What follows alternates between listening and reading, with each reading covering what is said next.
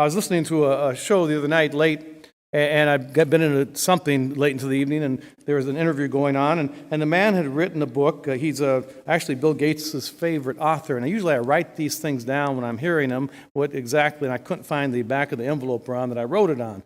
But this writer, and I want to read the book, and he went and lectured at that big economic summit a few weeks ago in Davos, and he talked about the importance of recognizing we've come a long ways in terms of health and longevity and different things, and some things in the world have been made much better. We get caught up, he was saying, so much in the present crises that we forget how far things have come. But he talked about reason and how important reason is. He talked about science and how important science is, but he never mentioned faith. And reason is a gift God has given us to reason things through, to think things through, but reason's not enough. Because for some people, to have peace on earth sounds unreasonable. To have the ability to feed the human family sounds unreasonable. You can't reason that, especially in the halls of Congress. Not even our own country can we make sure everybody's fed. You can't reason health care for all. Some things just don't sound reasonable to people, no matter how reasonable they really are. And faith is the driver that takes us that next place. Science is a wonderful gift. I want our young minds of our young people explorers. God gave you a mind to explore the universe, to explore the atoms, to see what's possible. I think of SpaceX going up a few weeks ago in the air, and it launched a car into the universe, a convertible, I guess. And that car was launched, but you know what the miracle was? Those two rockets that launched it came down and landed simultaneously. It was like synchronized swimming in the Summer Olympics, the way those two rockets landed. And the scientific mind of human beings, what a gift God has given us. But you know what? Those were just two little rockets that went up into the orbit. And who created the heavens and the earth and the stars and the moon and the sun and the galaxies? Reason and science are good, but they're not the ultimate answer on what we need to be about. It's faith.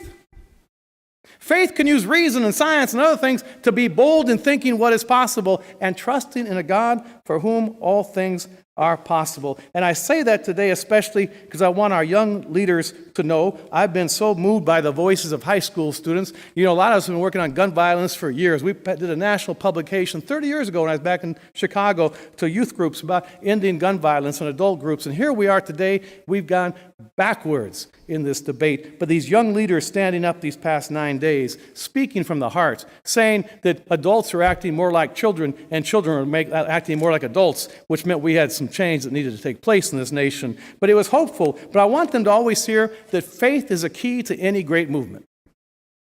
Civil rights movement, women's suffrage movement, child labor laws, freedom to marry. You can go right across the list. Ending apartheid, the wall come tumbling down in East Germany. Faith and coming out of churches was right in the midst of that because that's what gave the vision of things that were not seen or could be believed. Could not be reasoned, impossible. And yet faith drives us because we have stories like that of Abram and Sarah who were 190 years old and they were going to have babies. That's not reasonable or even scientific. But God does things we don't expect. And so to our young leaders, I say, don't be deterred by the challenges faced with the NRA and gun violence. Speak out. Don't be deterred when you get smeared on social media as if you're a fake actor or actress. No, speak out. Trust that the movements that have changed things, you have to be ready for that. When Jesus says, take up your cross and follow me in today's gospel lesson, he was, yes, we have our own personal crosses, but when he was talking about take up the cross of changing the world for the better. Take up the cross of having peace on earth. Take up the cross of saying, no, we can end violence, whether it be gun or domestic or international between nations. Take that up, he was telling them. Yeah, you will be persecuted. You will be reviled by some. But don't be afraid to take up that cross. Jesus took it up on behalf of the whole human race. Oh, the challenges are strong and great, but do not be deterred by what is before us, but remember the great movements that have happened with faith. Then use gifts like reason and science and other gifts and music and other things that make us then whole.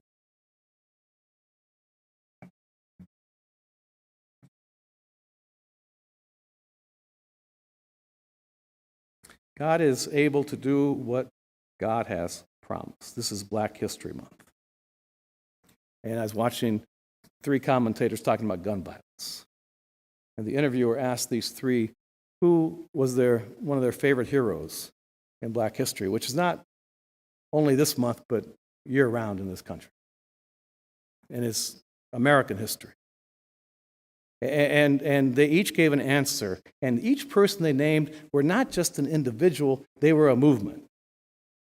They were a movement. One person, she said, Gwen Ifill, the newscaster, who was a mentor to many young newscasters. She created a movement of young women newscasters of color, of different backgrounds. Who would have believed? But she had that faith. She came out of a faith perspective, and she knew with God all things are possible. And so she was the first woman to moderate, a black woman to moderate a presidential election debate. Her and Judy Rubroff, as you know, were the first 2 women to be co-anchors of a national news program. Groundbreaking. One name given, but a whole movement started. The second person said their hero was John H. Johnson, who, as all you know, was the founder of Jet Magazine. And then Ebony. And Jet Magazine, founded in 1991, was founded at a time when the black press was in neighborhoods but didn't get the national exposure as the mainstream did. And so there were stories happening that weren't getting covered well. So Jet Magazine, they covered Emmett Till's death and told the true story of what had happened. They covered the Montgomery bus boycott before the mainstream presses got there. They covered Dr. King closely, and they became a storyteller. John H. Johnson believed when things seemed impossible. How would he have believed the difference today in media in terms of the diversity of who's at work? Not where we need to be yet, but we're getting closer. It takes that belief, that faith against all odds. Who was the third person named? Jackie Robinson. I made a mistake. My son went to USC. I said this morning he was a USC graduate. I didn't know we had so many UCLA graduates in this church. But they all corrected me. They said, Reverend, or Mark, they said, Jackie Robinson went to UCLA. You know, and was an academic all-star and athletic, all that.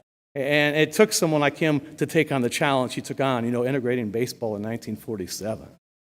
All that he had to deal with. He was Rookie of the Year. But he was a story of a person of faith with his wife who was able to believe that God is able to do what God has promised, to bust things open in new ways, and new things started to happen. God is able to do what God has promised. Can we trust that when we can't even see it? Can we trust it when not everybody's going to believe it? Can we trust that God can transform things if we get together and work diligently and hard as people of faith to truly make a difference for the common good? One of my favorite heroes, there are a lot of them from black history, but it was a church actually, Bethel Lutheran Church in Chicago, an African-American Lutheran church. My wife and I joined during the 8 years we lived in Chicago, and we had the choir here early on. Remember 60-voice choir? We had that big concert that night. It was the first time we packed the church, so that was when I came here. And people were in the rafters wanting to hear this choir. But that church, in a part of Chicago on Washington Pulaski Street, was an area that was literally bombed out after Dr. King was assassinated. And houses were left abandoned by the city. And that little church, well, it became a big church, but worship was at the heart of it. Oh, you go to worship there, you're there a couple hours. We passed the peace the way we do today because I remember how we did it at Bethel. It took time. And there was energy in passing the peace. But Bethel believed that God could transform neighborhoods that had been neglected and forgotten by the city of Chicago and by this nation. And so what did they do? They started investing in housing. They remortgaged the church 5 different times to build housing and to renew housing. They did education. They did recycling before anybody was thinking about recycling. They created jobs that way. They did health care for all in that neighborhood. When the hospital like Emmanuel was closing down, they bought it, turned it into a community center, theater, the arts, banking, all the rest. But a little church created a $100 million nonprofit in Chicago that was transforming the city, and others came to the table. They consulted with England and other places, this church. But they trusted that God could do what God is able. And you know what we sang every Sunday? It seemed like it was a song called, We've Come This Far by Faith. We sang it. And we had the Hammond organ over here, and we had the old regular church organ over here. There's a piano over here. All the choirs came out, the seniors choir, the children's choir, the intermediate choir, and all these voices singing, We've come this far by faith. And that's what I want to end with tonight. For God is able to do what God has promised. You know the song, We've come by this far by faith, leaning on the Lord, trusting in God's holy word. God's never failed us yet. Oh, can't turn around. We've come this far by faith. I'm going to reverse the courses here, Marilyn. Don't be discouraged with trouble in your life. God's bear our burdens and move all discord to strife because we've come this far by faith. Just remember the good things God has done. Things that seemed impossible. Oh, praise God for the victories God's won. We've come this far by faith, leaning on the Lord, trusting in God's holy word. God's never failed us yet. God is able to do what God has promised.